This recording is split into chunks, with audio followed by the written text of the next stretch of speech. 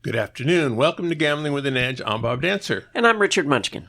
Our guest today is Frank B., continuing his discussion on dice control, and we'll be talking about some of what Vegas is like. Now, Richard and I are back in the studio for the first time in more than a year. Things are different here because the room has been used for other things, and so it's going to take some getting used to, but the conditions here are better than what we had doing it from our homes. So hopefully you notice the difference. All right. Las Vegas is open.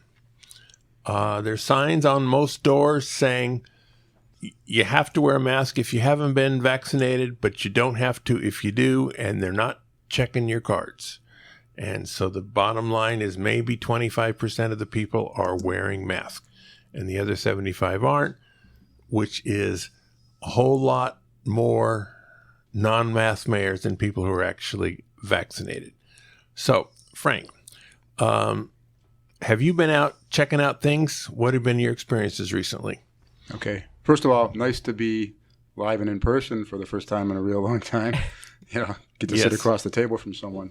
I got to Vegas about a week ago and has been staying in the hotels. And like Bob said, the mask thing is basically voluntary.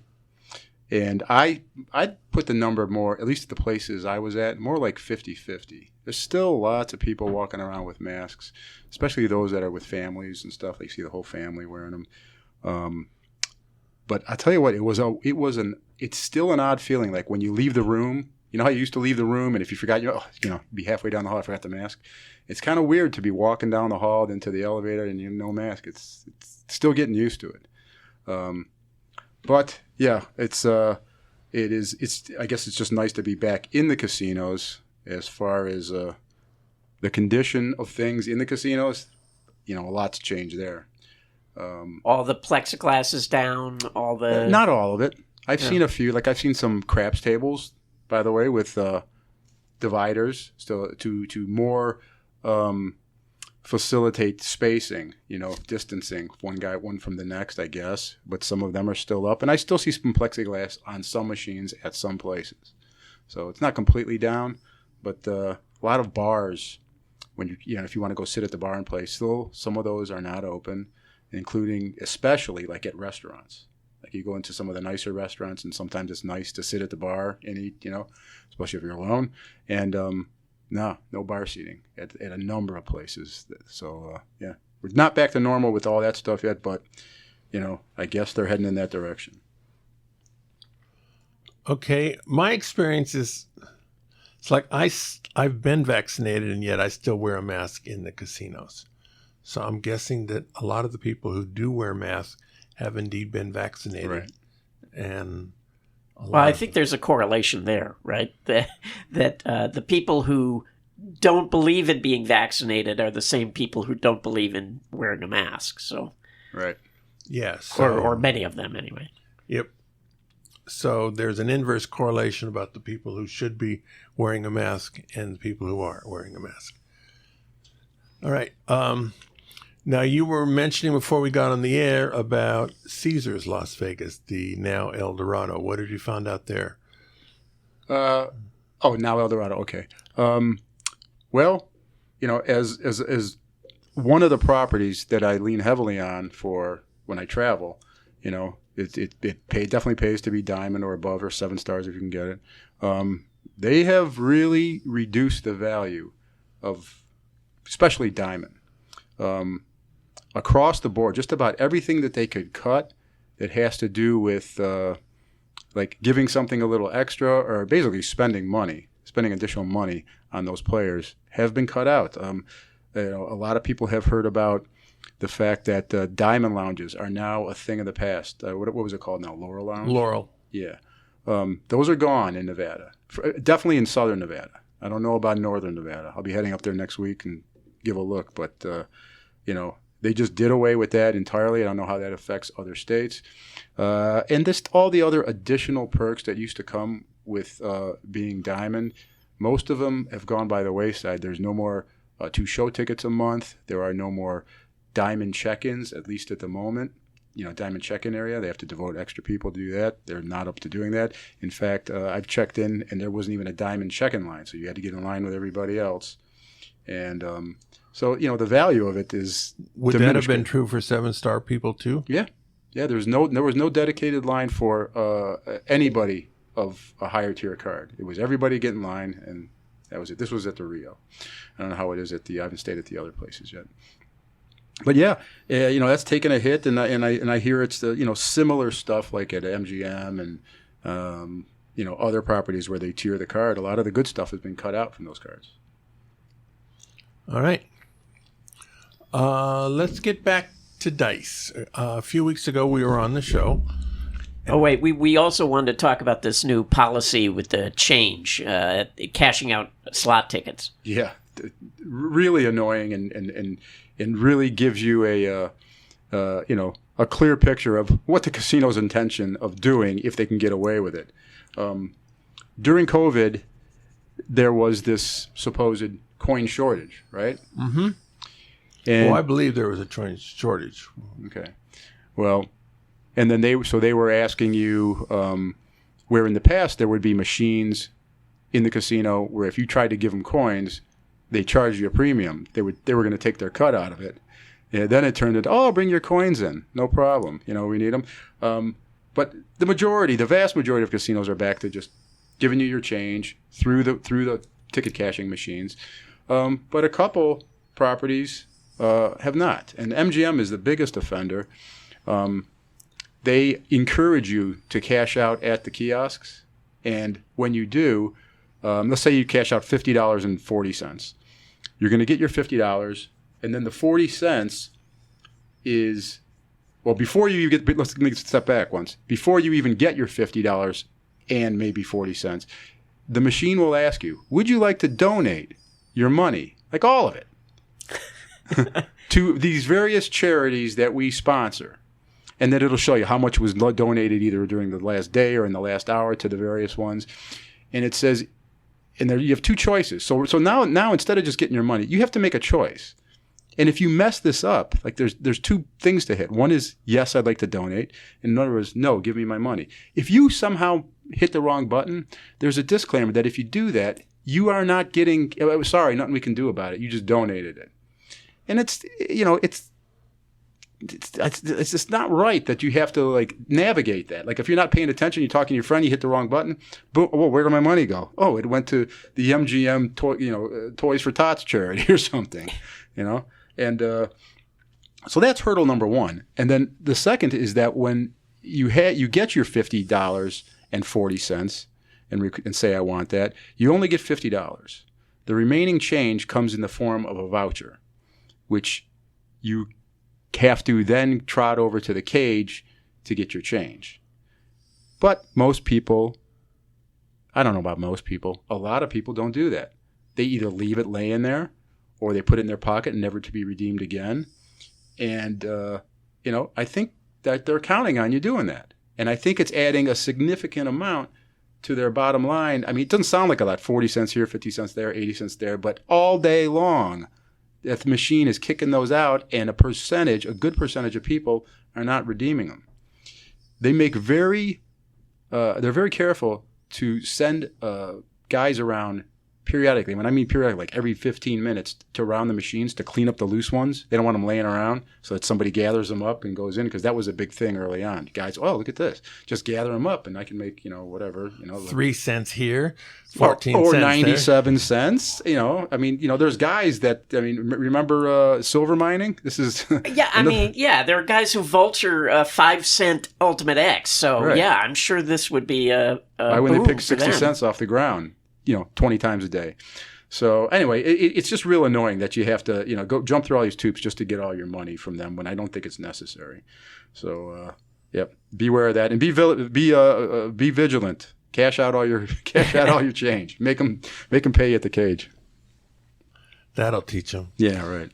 Okay, good. Now we're going to get to dice. Now, when you were on a few weeks ago, you mentioned your net was about $30,000. And one of our listeners wanted to know was that winnings or comps or a combination, or how was that? Okay, yeah. So that was, and listen, we're talking over the course of almost a year of playing, like about 9 months worth of playing, ramping up, more towards the end of the year. Well, it was 30. It was a realized return of 30,000. Now the distribution, how much came from just straight play in the table, or how much was converted like free play or free chips, which on the back end started to be a decent amount.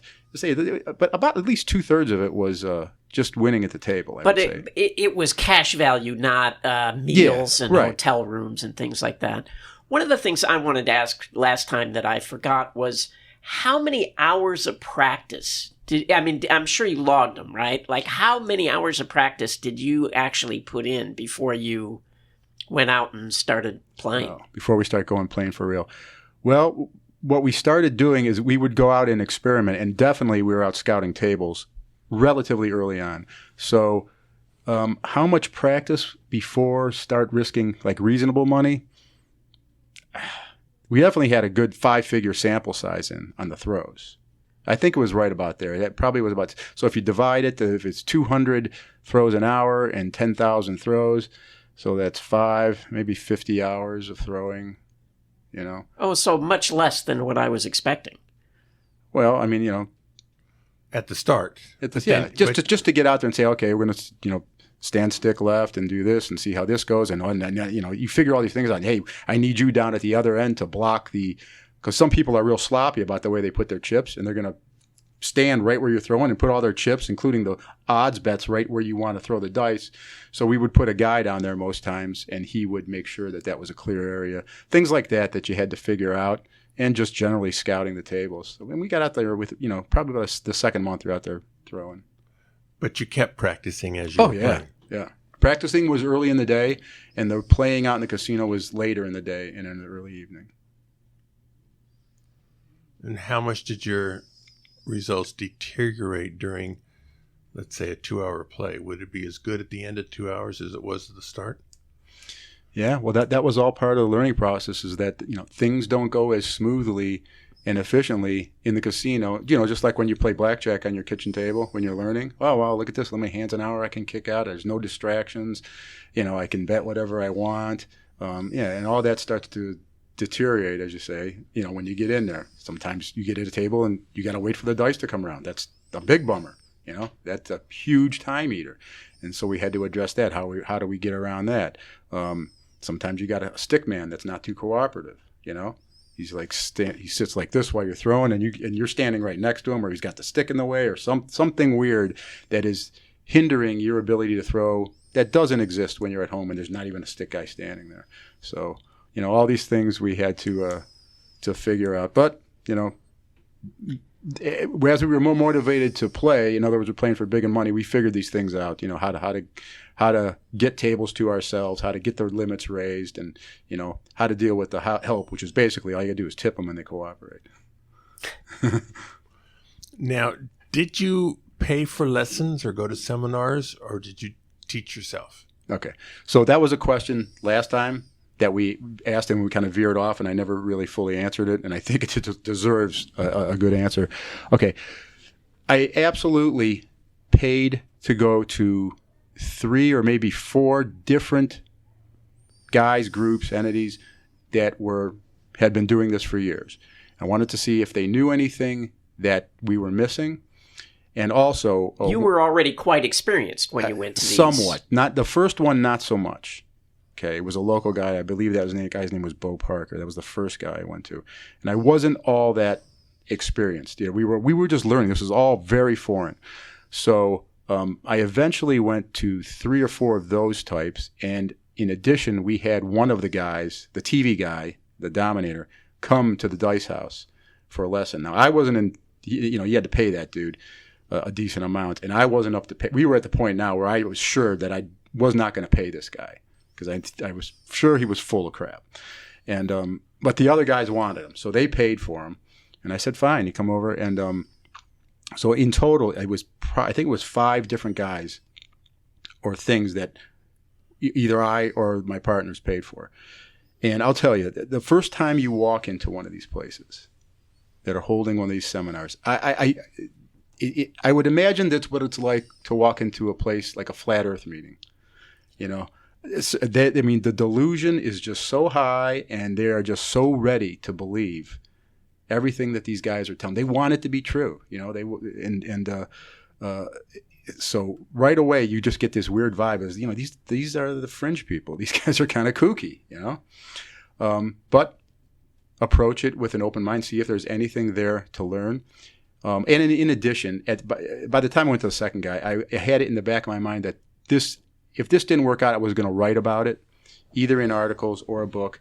And if I'm going to criticize somebody strongly, you know, it should be firsthand empirical experience with them. I shan't just say, I heard this guy, he's probably this, speculate that. So I want to see if they were, how full of it that they were. And they were full of it quite a bit.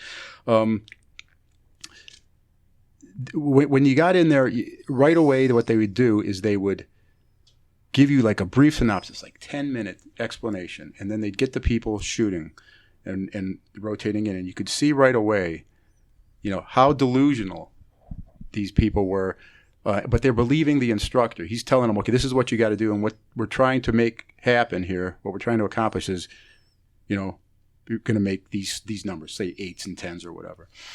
And, you know, somebody real early on would throw the dice, and it would come up hard 8. And the instructor would go, there you go, that's it. That was a good throw. But if it, you know, and you walk in, one dice is up here, one's down. It wasn't. That guy threw an 8. You know, and you know, and contrary to that, if we threw a bad one, a 7, well, now he detected something you did wrong, and he's going to help you correct that flaw. I mean, it was such a load of crap, and that was just the theme of the thing. Keep with this fake positive reinforcement, pumping them with it, and everything can be addressed because I can fix all. And by the end of each and every one of these seminars ended the same way. A couple specific things happened. One was that there was an offer, and sometimes it was a scheduled thing where you were going to go to the casino with the guy, with the expert or the experts. And you were going to shoot, and they were going to shoot. And you could, if you wanted, they would shoot for you with your money. And if they won, but here's where it gets really good for the player. If you won, you got to keep half of the winnings. If you lost, of course, you know, that's on you. So I mean, so they had this little free roll thing going, which was incredibly strong. In addition to what they said before they left the casino was how they explained the whole betting strategy. And that's where it all started. You know, you start to realize this is just a dressed up betting strategy. And here's the excuse for using the betting strategy is this throwing the dice. But every single one of them had a betting strategy, which was something, you know, some kind of progression, regression, all based on previous results, not on your perceived edge. And then, like when I asked the question, you know, well, wouldn't you just want to bet on the things that you have the biggest edge or you have an edge on? And, you know, and they looked at me like I was crazy. It's like, what are you talking about? You know, well, what if you lost the last 2? It absolutely was, everything was centered around the betting strategy, and they were all designed to, well, you know how they work. They rearrange. They don't change your eventual bottom line expectation, but they do rearrange your results from just, you know, if you bet the same amount, it goes, you know, you win, you lose, you win. But if you do their progressions, you win a lot of the time, a little bit. And every now and then you get your head cut off, you know? So this serves these guys really well when they go out to play for you for 50%. You know, they're going to employ this betting strategy. They're probably going to win something, you know? They might, you know, this might be the one time in however many that you're supposed to get creamed. You know, you're just supposed to, you know, you lose 8 sequences in a row, whatever they call it. But yeah, it was all very, you know, at first I thought, man, these guys are kind of at least sincere in that they believe what they're doing. But as soon as they started in with the betting strategy and how that was an integral part of this thing, and you can't operate without it, I knew, you know, somewhere in there they realize they're full of it, and this is their way of kind of making sure that the player not only comes out ahead more times than not, so that they get good reviews and good feedback, but so that it settles in their head that they're doing something right, and every now and then they just get wildly unlucky. I would think the other thing that, because I would hear about these groups going out, after the classes and things, and if you have 8 guys in the group and they all shoot, well, one of them might hold the dice for some time, right? And so suddenly that becomes proof that, see how good he did, Right. The class is great. Oh, sure. Tons of confirmation bias going on, tons of selective memory stuff going on. And, and like I said at the beginning, these guys, these people that attend these, they want to believe. So, I mean, they get sucked into it. And, so at that point, that's when we said, well, we're going to do this. There's not going to be anything the way these guys do, but we are taking from them whatever it is that we can that's of value, which wasn't a whole lot other than to understand how they operate, and what maybe we don't want to do. Did they all use the same grip, or does each one have its own grip? They had very similar grips, and they had one of two sets they would advocate, and they would tell you what, one was called the hard way set, and I believe the other one is 3V. And it's just a transposition of the hard ways, but it's all designed to keep basically the 2, 3, 4, 5 on axis. They were similar enough, but if you put them, like if I plugged into my program, we used the hard ways. We always used the same set. The one color die was here, this was there. Everything was always the same for all 3 of the shooters. But if we had a routine in the program that you could say transpose the dice and just tell it what would have happened if we'd have set it this way, and then it would run all the calculations again. Okay, this is your new result set, and it turns out that the hard ways was much better for us, than the 3V. Maybe the 3V had certain peaks, certain things that were really good about it, but it was countered by things where there was nothing, I guess I should transpose it and see, what the commonality thing was. But we were sold on the hard way set, so that's what we did. So at some point, you guys got a high-speed camera to videotape the dice landing, right? Right.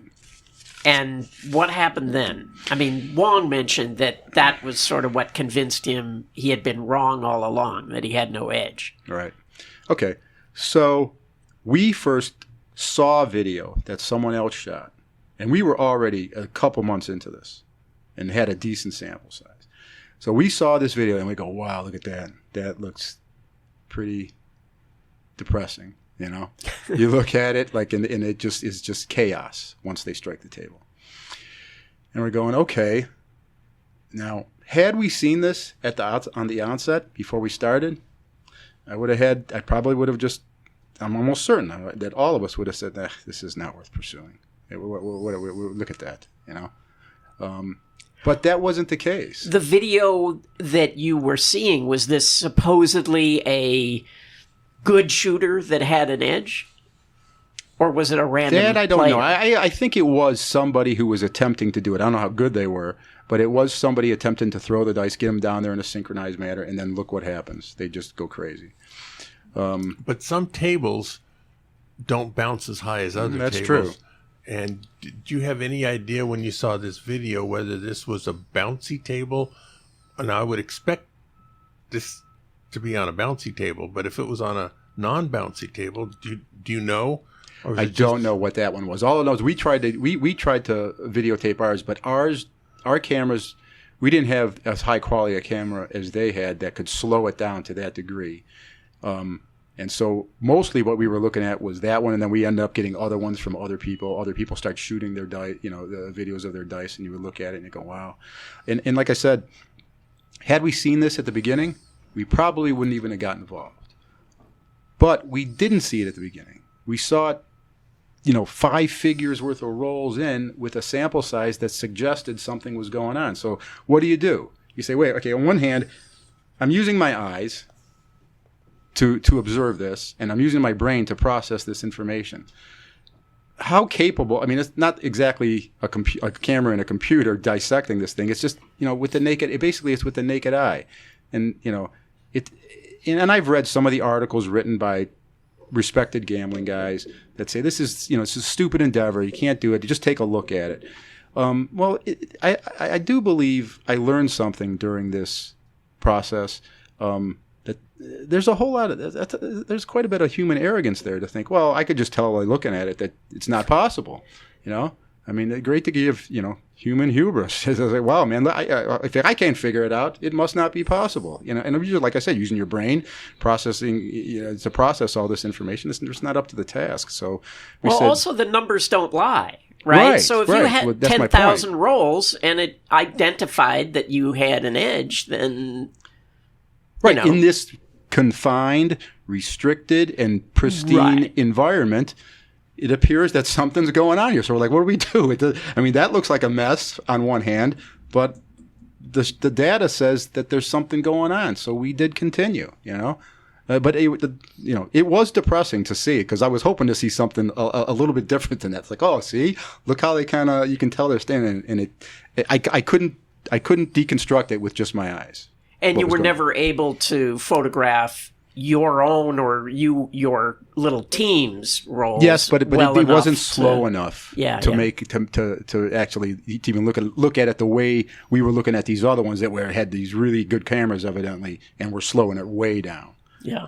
We just didn't. But like I said, we had the data, and we said, okay, well, we're going to keep going with this and keep an eye on things and see if, if this just gets stronger, the strength gets strengthens because of the additional data, that we keep adding, or if something starts to disintegrate. And if it had started to disintegrate, we probably would have bailed. We said, okay, see, we were, even though there's only a 5% chance that this is by accident, maybe that's the 5% that came in because this is going the other direction now. But that's not what happened. Very good. We're going to continue talking dice and other things with Frank right after a few commercial announcements. The South Point has more than 10,000 games, returning more than 99%. This is more than anyone else has. Mondays through Thursdays in June, 3 a.m. to 3 a.m., there's a $500,000 spin-to-win promotion. For each $2,000 coin-in, limit 4 per person per day, you receive a virtual spin right at your machine, earning free play or points. In past years, the average spin was about $12, meaning you earn an extra $48 each day for the $8,000 coin-in 4 days a week. As we tape this, I have had 8 rolls of 8 spins, and so far it's averaging about $9. It's way too small a sample to know you get one for $25 or $50, and it really shoots the average way up. So I sticking with the average from the past, but as we get more spins, we'll get better information. If you leave your email address with the South Point, then a couple times a year, they send out $20 every weekend for a month.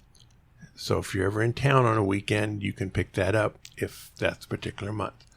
So it's always a good idea to let them have your email address if you ever going to be in town on the weekends.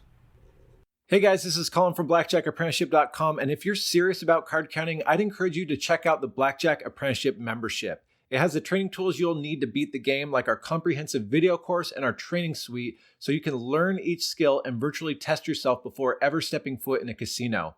It also includes the tools you'll need to succeed, like our pro betting software, casino database, results tracking software, and access to a community of like-minded Advantage players to network with in our members forum and chat room software. You can find out more at blackjackapprenticeship.com. At videopoker.com is the best place to play lots of games. If you sign up for the gold membership, $8.95 a month or $79.95 a year, this allows you to get correction on most of the games. The game of the week is split card poker. This is a 10 coins per hand game where periodically on the deal or the draw, not both, you receive a split card. A split card may be any card. Once the split card is chosen, randomly, the additional card will be, with equal probability, the same card the card lower or the card higher. For example, if the ace of clubs is a spit card, it's equally likely to become the ace-king of clubs, the ace-deuce of clubs, or the two aces of clubs. The only pay schedule difference, in addition, is 5 of a kind on non-wild card games, and 5 deuces on deuces wild variations. All right, we're back with Frank B. So if you decide to go play in the casino anyway, you're going to try this. What did you learn that you can pass on to people about do's and don'ts of playing advantage craps in the casino? Well, in the casino, okay, so there's a lot of corollaries to playing blackjack, or at least that's what experienced blackjack guys will be comparing it to. And, the first and most obvious thing is that you are obvious. When you're playing blackjack, all the work is being done in your head, and they can't see that. You can't see the gears moving. But when you go to shoot craps in this manner, it's very obvious what you're. I mean, it's clear what you're doing. It's not possible to hide what you're doing. I remember Stanford saying, "Well, you got to have more of a nonchalant throw," and that is basically contrary to what I had settled on was the right way to approach it when it came to training and stuff. Is now you can't just sometimes do this, pick them up and flick it. You have to be very mechanical. You got to get to the point where it becomes second nature, where you actually. I mean, usually this is a thing with more of an athletic vein to it, but you got to get some muscle memory ingrained. And when you do that, involved with that is an entire routine. It's not just the throw with the arm. What's a good way to? Okay, the best comparison that I've ever been able to come up with to this is there's a lot of similarities between guys who throw darts. Okay, it's a very fine-tuned thing, but also shooting free throws in basketball. That was what I was thinking. It really is. And what I'm talking about is the whole. If you watch a good free throw shooter in the NBA, a good one, you can tell that he's well thought out, and he's able to get lost in his routine. You watch Kawhi Leonard. I actually saw a video of him not too long ago where he had gone back, I believe, to San Antonio, and they were going crazy trying to distract him at the line with the cheese doodles and stuff, making noise and even stuff. And he was in a zone. He'd get to the line, and if you watch him, he does the same thing every time. He gets to the line, he squares up, 3 dribbles, looks at the rim, and then he does something that I learned was very important, and I actually learned it from watching basketball guys shoot free throws. The breathing. They all good free throw shooters, and I think dart players do this, and even guys who shoot pool at a high level, they use what they call the respiratory pause. They take advantage of it. And snipers do this too. So when you're breathing, in a very slow and measured way, at the bottom of your exhale is when you're the most still. Your body is the most still. And that's when they do it. They throw the dart, they shoot the cue, they shoot the free throw, or they pull the trigger. And that's when you want to throw the dice. That ended up becoming, as much a routine as to the throw itself. You had to get yourself squared, grab the dice the same way, breathe, shoot. And that resulted in, I believe, much more consistent accuracy and ability to replicate the throw over and over again. And I think this is the most important thing. Before you get into the casino, you have to develop this second nature throw, this mechanical throw. We've talked about it before, and you'll know when you get there. It's almost like when you first start out counting cards. You're counting and then you can get distracted, but there comes a point where you go, wait a minute, I'm doing this automatically now. You know what I mean? I can't look at a card table anymore without doing it, and that's sort of like the point you want to get to. And I have a funny story regarding this, and it involves, I think we talked about the professor before. And I saw him this week. He goes, "You better tell that story because we still differ a little bit on our opinion of what happened." So we're good friends, and sometimes we would travel together. And on this particular time, I was just visiting him in Maryland, So we're at his house, and this is during this period where we're doing the dice, and he's doing it, but he's doing it in the box, with one of those cutout boxes, and he wants to see me throw. I'm like, okay, we could do it. He goes, I got it set up in the garage. So we go out to the garage, and he's very meticulous. So he's got it measured out perfectly. I go, oh, this is all right? He goes, yep, it's all right. I go, okay. So I take the dice. I go, okay, and I just go through my thing. I throw them. They whiff the box entirely to the right by like 6 inches. I missed the entire thing. I'm like, okay, so now he's already smirking. And I'm going, I go, all right, give me those things again. So now I go, okay, just relax, just go through your routine. And now I throw a second time. Exact same thing. Whiff the box to the right to almost the exact same spot. Now he's going, okay, I've seen enough. Let's go, because we're on our way to the pool. I go, give me him one more time. So I go, okay, I'm shaking my head, but I go, okay, everything's cool, all right. Throw the dice, same thing. Maybe a little closer, but I missed the whole rig. And he goes, all right, we're done, we're going. So we start to exit his garage and walk. He has a long driveway.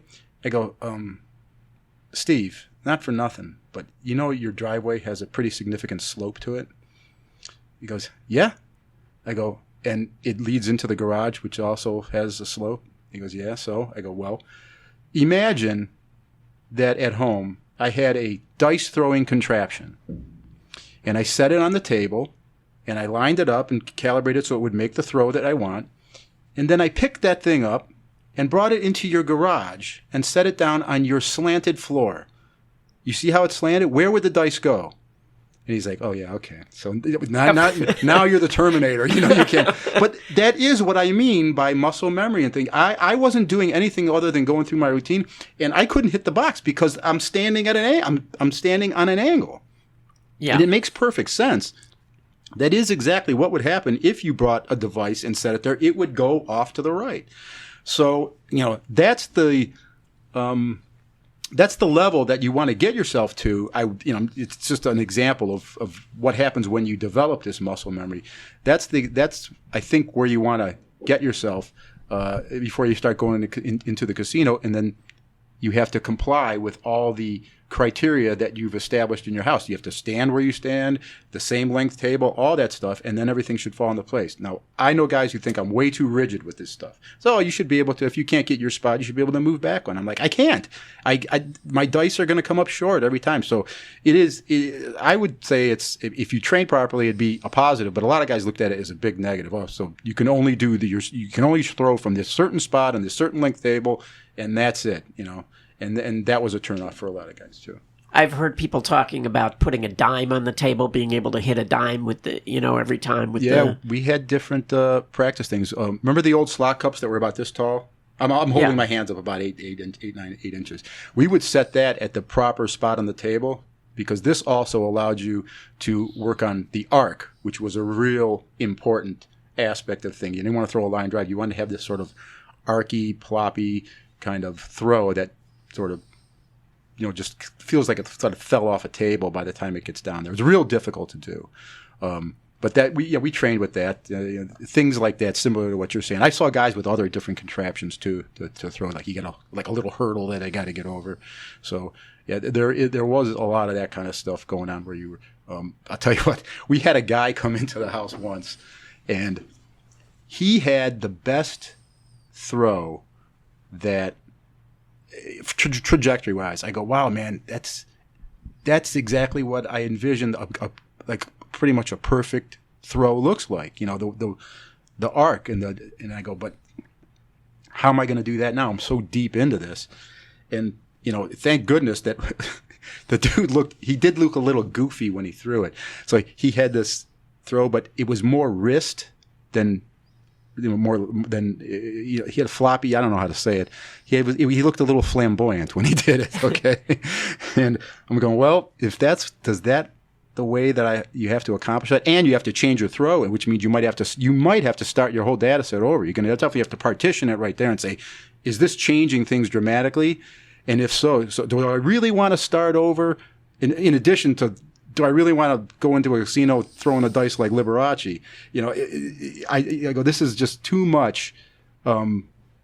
going on right now. I'm too deep into this to make a change like that. But, that guy, and by the way, that's not a guy that I've ever mentioned. It's not, Captain Jack or Professor. It's those guys throw the dice like real men, This guy, but, he looked goofy. I'd be happy to great throw like Liberace if I thought I could actually make money doing it. But like I said, I was too far gone with the way I was doing it. I couldn't make a change like that, but...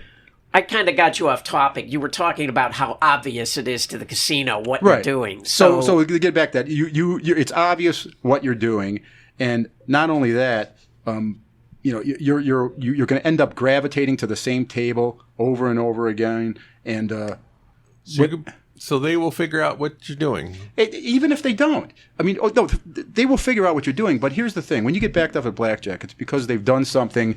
They went upstairs and they ran the shoe back. And they go, okay, his betting correlates to this. Or this is what triggers him to do a bet. And if they can't figure it out, then they start thinking of more nefarious things you might be doing. But they make a connection.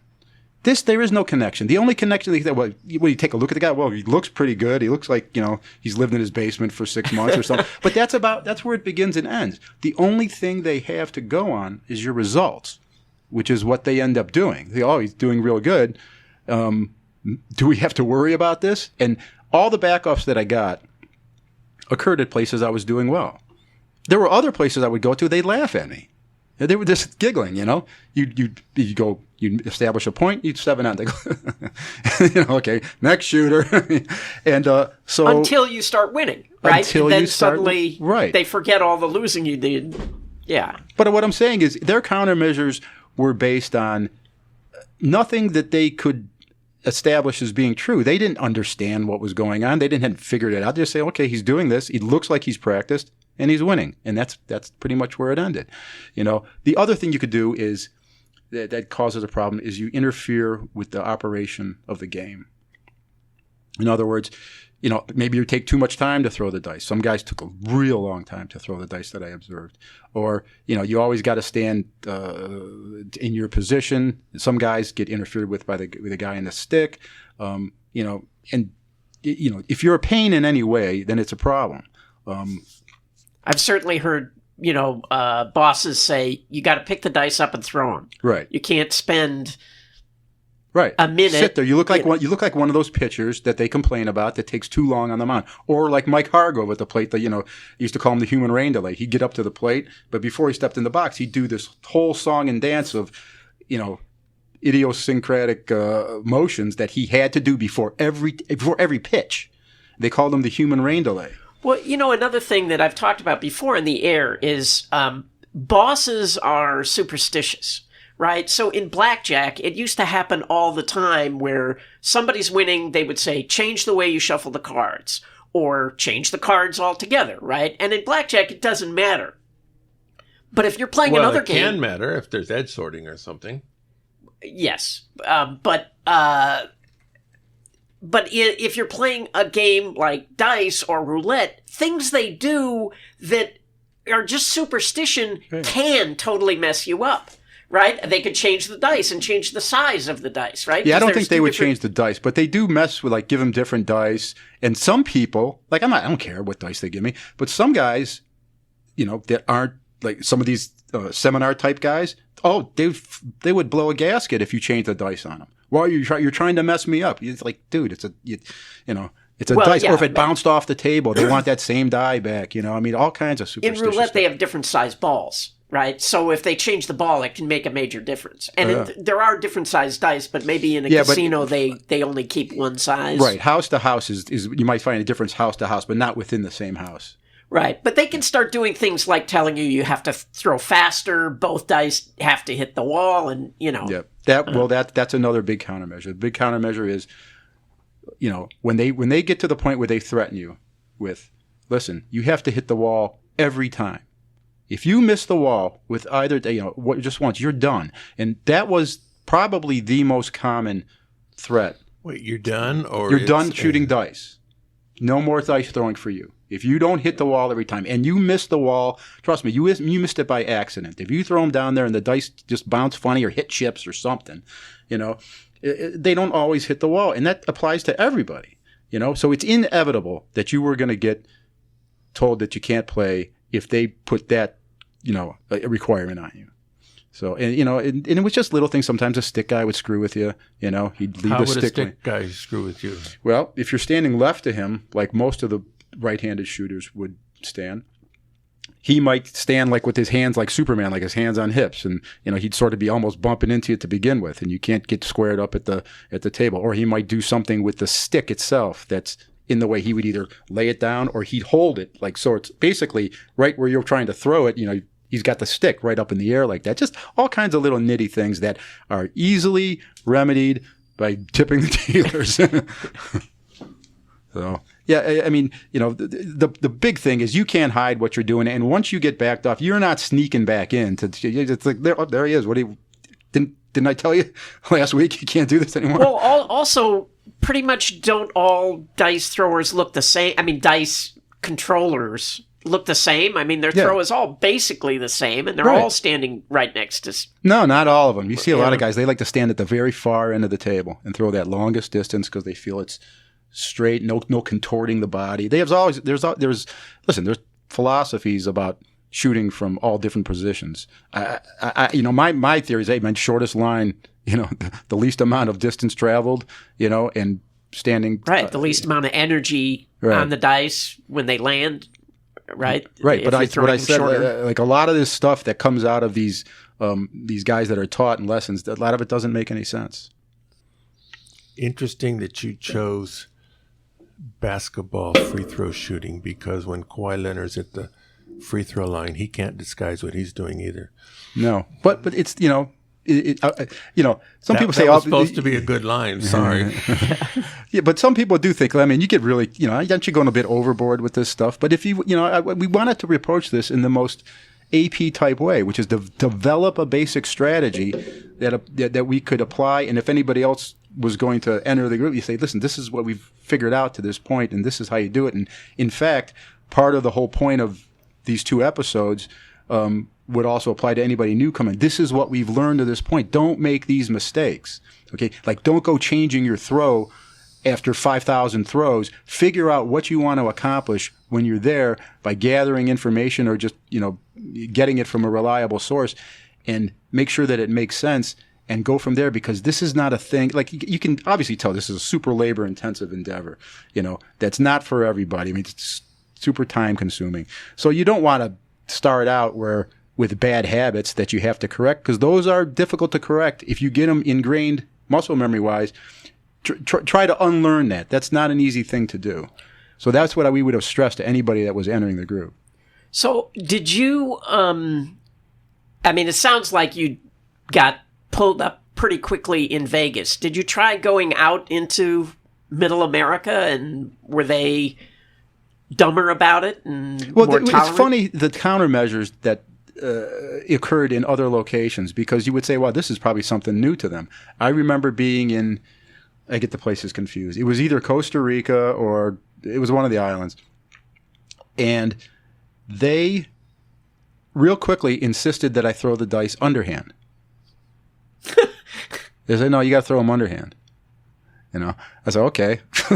So that I'm done with that. But then it actually made me think about it. Is underhand, if you could get that throw down, is that a better way to do it? Because it almost more mimics that softball into the peach basket thing. I didn't, but at least gave me a moment to think about it. And we went on cruise ships to do it, and some didn't like it. They also had, I think this is for a different type of dice play, but they would have like a big thick string or rope down 2 sections of the table. I guess that's for scooting. Yeah.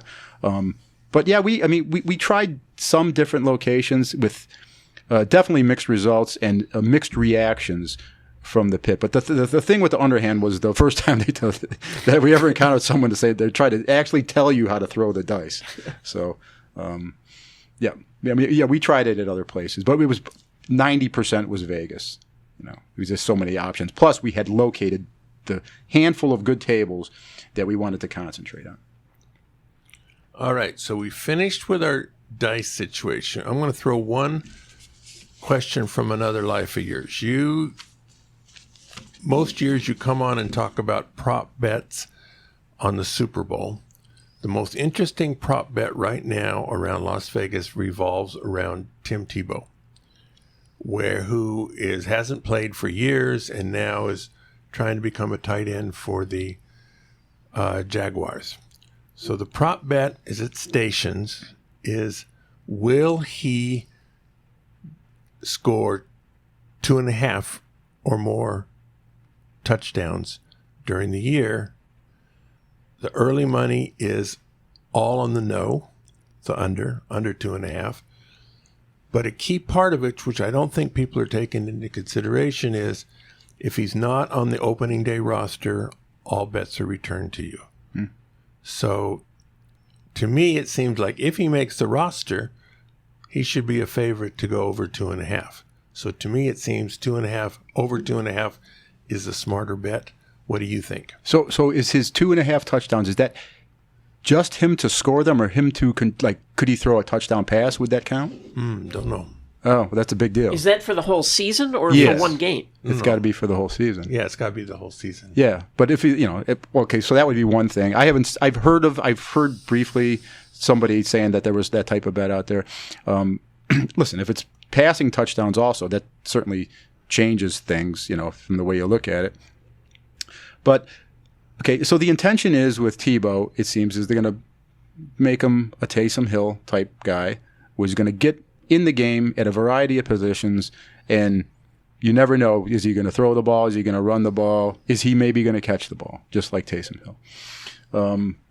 Certainly if he makes the roster, then the intention is to get him in there. But I'm not so sure, if he goes through training camp and he's taking lots of reps and he's playing in, I don't even know what the exhibition season looks like, but if they've gotten used to him participating and they know what they can get out of him, he could actually start the season on the roster. But even though the Taysom Hill project thing, maybe if they consider it failed, but just to have him as a backup for the moment until they find somebody more suitable to back up if they need him for that, perhaps, I don't know. I guess I would have to side with you. If he gets on the roster and he's on the opening day roster, did you know what the price was?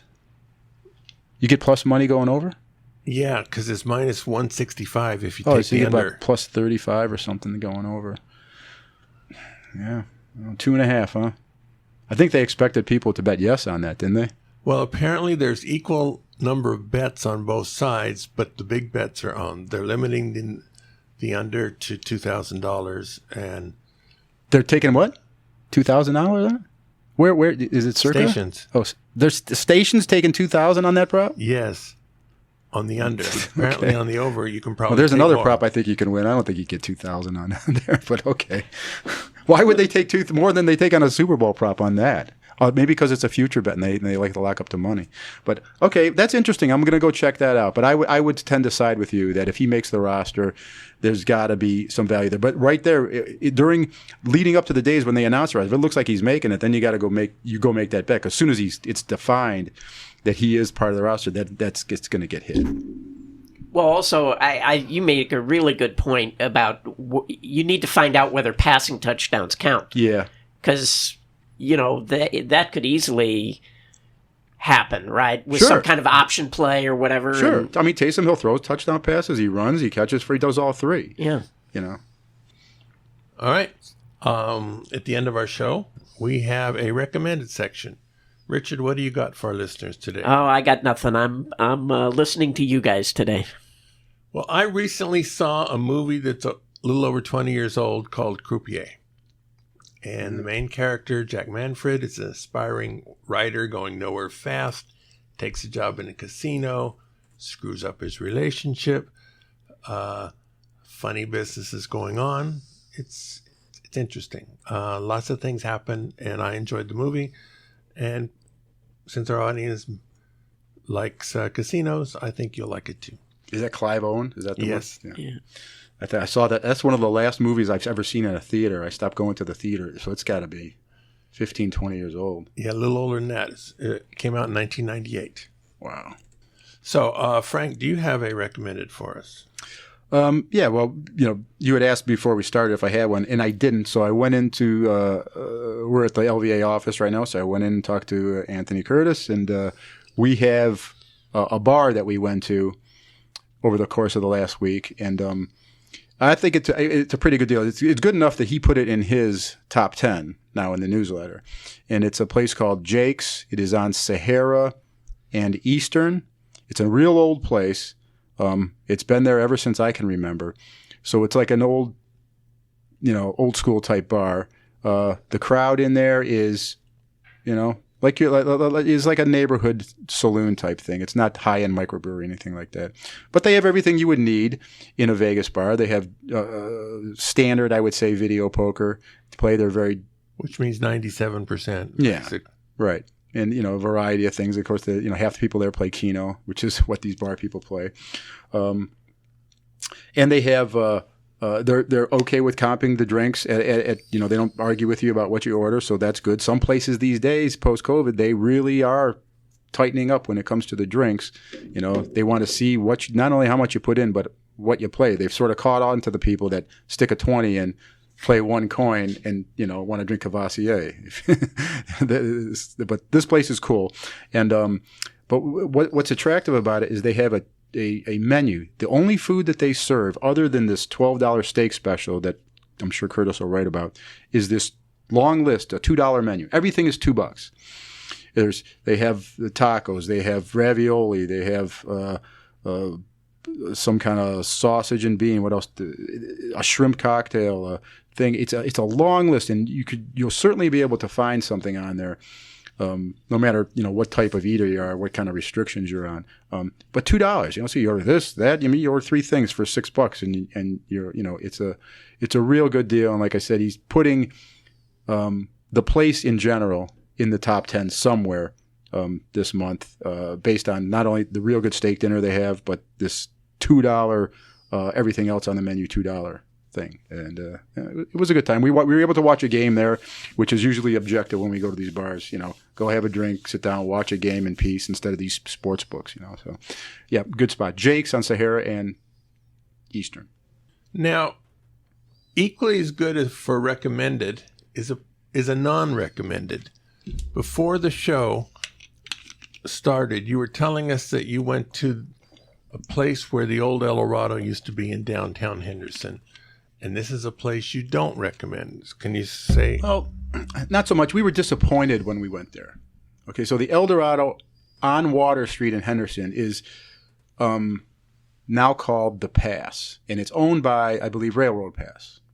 That's why it's called The Pass. So I'm not sure if the card's the same, but the promotion seemed the same. We went there yesterday on 9 times points just to go for the first time, check it out, and hopefully play what was reported as 8-5 bonus poker available. And I believe the card added over 1%. It was what the card added. So you were playing with a win, and then you were free rolling whatever you got on the back end, including getting 1% better than 1% cash back. When you have 9 prize points. Yeah, when you have 9 times that day, yeah. And they have rotating days where sometimes it's just reels and sometimes, but if you check the calendar there, they have at least 2 days a week where they give 5 points or something like that. But it was very typical of these casinos that you go in post-COVID. It's half the stuff was shut down. We went there. We said we're going to eat the Italian restaurant afterwards. Oh, that's not open. We just have the coffee shop right now. And the machines were outside of these 3 machines that we found that did have the 8-5 bonus poker. Everything was really bad. All the thing. One good thing that was a surprising walk-in, it has a Circus Sportsbook. I didn't know they were down there.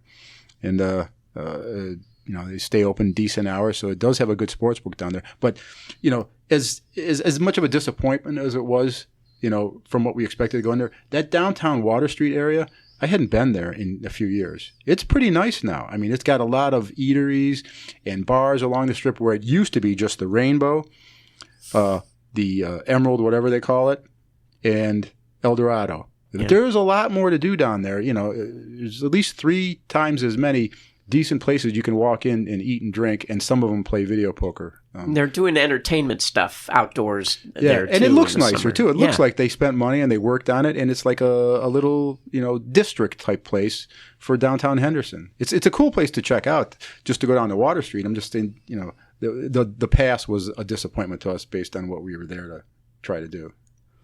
Very good. Thank you, Frank. You got it. Thank you, Richard. Go out and hit lots of royal flushes, everybody. Good day.